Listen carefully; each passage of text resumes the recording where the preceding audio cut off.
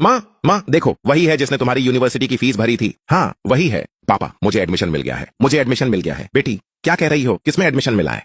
पापा मुझे Joaquin university में एडमिशन मिल गया है। Joaquin university? इतनी अच्छी यूनिवर्सिटी, तुमने हान परिवार को बहुत बड़ी खुशी दी है।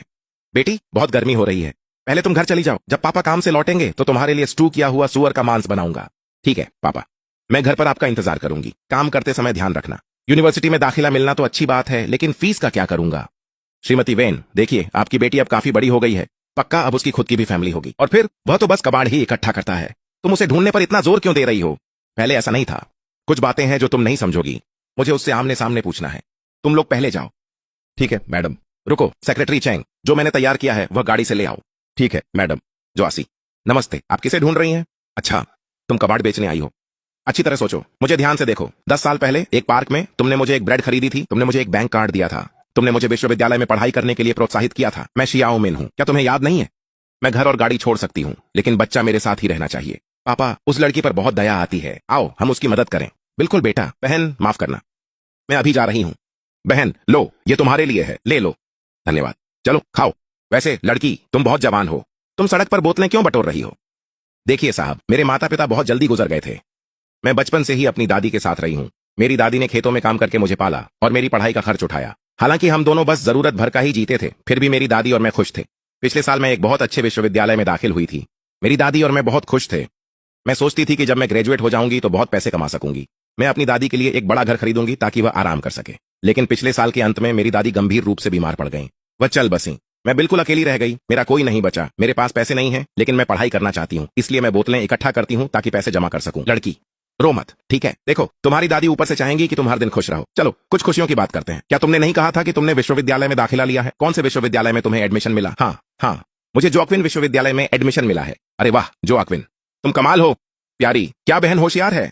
बहुत होशियार है, लेकिन चाहे विश्वविद्यालय कितना भी अच्छा हो, अब मेरे पास वहां जाने का मौका नहीं है। लड़की, अगर तुम्हें पढ़ाई करने का मौका मिले तो क्या तुम मेहनत करोगी? बिल्कुल करूंगी। मेरी दादी हमेशा कहती थी कि पढ़ाई ही एकमात्र रास्ता है। लड़की, इस कार्ड में 1 लाख युआन है। पासवर्ड 6 बार 1 है। इसे अपनी फीस भरने के लिए इस्तेमाल करो। अपनी दादी का भरोसा मत तोड़ना, समझ गई? और जब पढ़ाई पूरी कर लो तो अपने देश की सेवा करना। अभी तुम्हारे लिए समय कठिन है, लेकिन जब तक हम हार नहीं मानते जिंदगी बेहतर होती जाएगी। लो, बहुत बहुत धन्यवाद। चलो हम चलते हैं। प्यारी चलो पापा के साथ घर चलते हैं। ठीक है आओ, पापा तुम्हें गोद में लेंगे। सर, तुम्हारा नाम क्या है? मेरे पापा का नाम हान जोआसी है। अरे अब मुझे याद आ गया, तुम वांग शियाओमिन हो। ओह, तुम कितने बदल गए हो, इतने साल बीत गए हैं, मैं तो तुम्हें पहचान भी नहीं पाया। हाँ, ये सब आपकी मदद की वजह से हुआ। मैंने आपकी पिछली कॉल सुनी थी। तुम्हारे पापा मेरे सपनों के इंसान। मेरे पापा ठीक हैं, वो मजबूत हैं, वो बहुत अच्छे हैं। अब और दिखावा मत करो, मैंने तुम्हारी पिछली कॉल सुनी थी। मैं तुम्हें सालों से ढूंढ रहा हूं और मुझे तुम्हें कुछ बहुत जरूरी बात बतानी है। मैडम, ये वही है जो आपने मंगवाया था, इसे अच्छे से संभालो। ठीक है, अगर और कुछ नहीं है तो तुम जा सकते हो। ठीक है मैडम।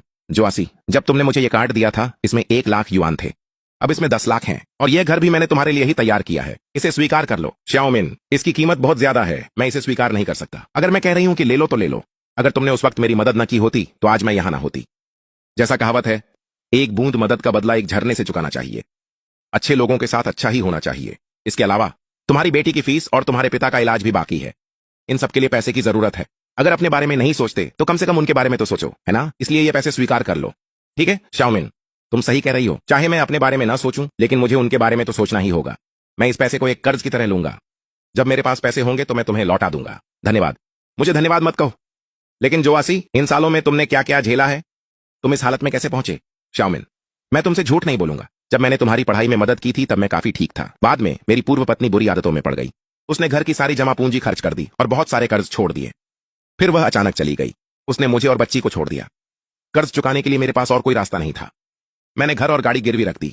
इन सभी वर्षों में ताकि मेरी बेटी पढ़ सके, मुझे कोई ढंग की नौकरी भी नहीं मिली, इसलिए मैं कबाड़ इकट्ठा करके ही गुजारा करता हूँ। वाह जोआसी, इतने सालों बाद मिले हो और तुम्हारा हाल बुरा नहीं है। कबाड़ इकट्ठा करते करते तुमने तो कागजात भी हासिल कर लिए। शूमैन, तुम यहाँ क्या कर रही हो? क्या मैं यहाँ क्या कर रही हूँ? मैं अपना हिस्सा लेने आई हूँ। मत भूलो कि उस वक्त हमने कागजात ठीक से पूरे नहीं किए थे।